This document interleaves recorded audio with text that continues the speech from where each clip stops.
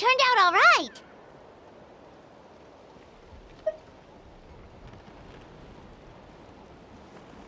Think nothing of it. I agreed to offer you my aid, so this is merely a part of that duty. Besides, I care deeply about this land. Right! When we were with Moika, you told us you and your soldiers defended Natlan against the Abyss 500 years ago. That's right. My desire to protect this nation remains unchanged. When my platoon arrived in Natlan 500 years ago, like you, we were true outlanders. But as time passed, I encountered the people of this land and witnessed their desperate struggle against the Abyss. Though many of the warriors were rash and inexperienced, they were steadfast and fearless in battle, willing to do anything to protect their fellow citizens, oftentimes with complete disregard for their own survival. Just as I fought for the glory of Conria, they fought for the survival of their nation. We happened to share a common enemy, so I decided to offer my aid. We fought side by side to the very end. I traveled to many places after that, but I never forgot this land. Even now, my work in Natlan remains unfinished.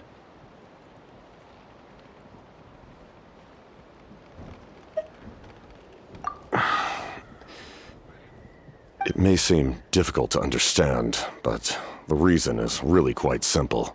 That name carries with it the glory of my homeland and the honor of Natlan. Yet, I failed to bring my soldiers home. And I failed to help Natlan defeat the Abyss. But that's not your fault. The Abyss is way stronger than any of us imagined. You need not comfort me. I am no longer who I once was. Let the events of the past continue to collect dust in the annals of history. I will continue to help Natlan in my own way. Like, with the draft of lucidity? Who knew you could make medicine? Were you a doctor before? The drought was Guthred's invention. He was a respected military doctor, as well as my trusted second-in-command. We faced a similar situation to what you witnessed today. The endless battles against the Abyss triggered delusions among the soldiers, to the point where some attempted to kill each other. In order to develop a treatment as fast as possible, Guthred used himself as a test subject. He passed away shortly after the drought was complete. That's who he was. Unrelenting in his pursuits. No matter the cost, no matter the sacrifice.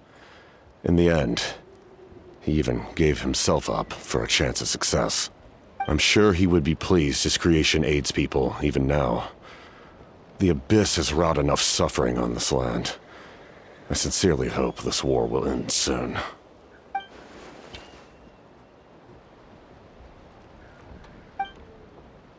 Stop worrying about other people's survival, about their losses and sacrifices. You just need to win.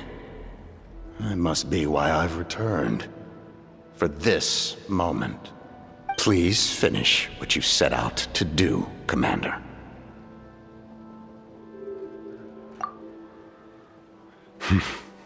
You're more perceptive than I imagined.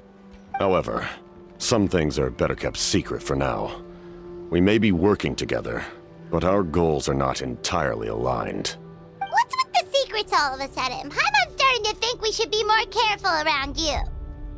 I do not mean to jeopardize the trust between us. I simply prefer to keep this to myself, because it's a personal matter. All I can tell you is this. Natlan may have survived the worst of the crisis, but the souls of this land are still not at peace. And that is why my work is not yet done. Well, if it's personal, then we'll just have to trust you. If you have other questions, I'm willing to answer them. Wait, like anything?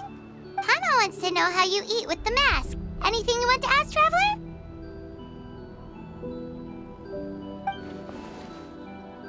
Natlan must pay the price for Mawika's use of the Ruler of Death's power. That price is death. And only Mawika's death can clear the debt. Even now that the war's over and the threat to Natlan is gone, it looks like that death is still set in stone.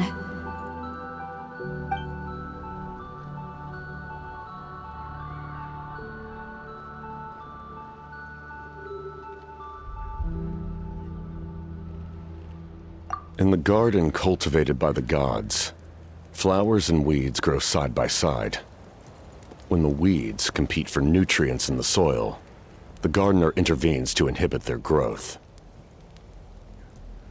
I'm not one to pass judgment based on my own standard of right and wrong. But it is an undeniable fact that she is responsible for my suffering, as well as that of my people. If that explanation is too difficult to understand, allow me to show you exactly what I mean.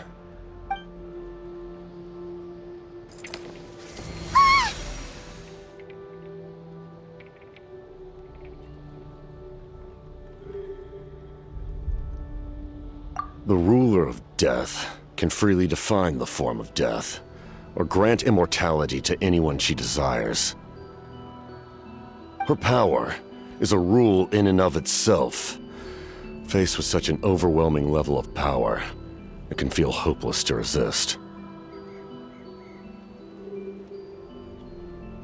But I am of the belief that, in this world, no destiny is unchangeable, no death inevitable, and no rule unbreakable. So, before the final moment truly arrives, we must fight harder than ever.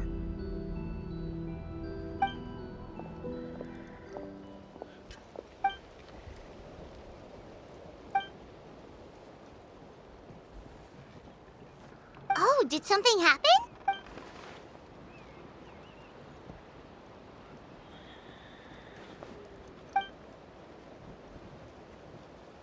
This is a critical time for you, traveler.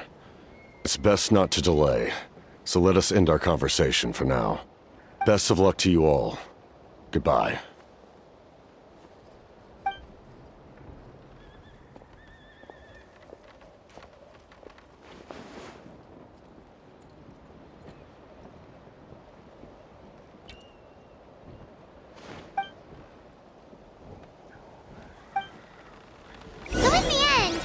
Still hasn't told us his real goal. He kind of reminds Paimon of someone we met recently.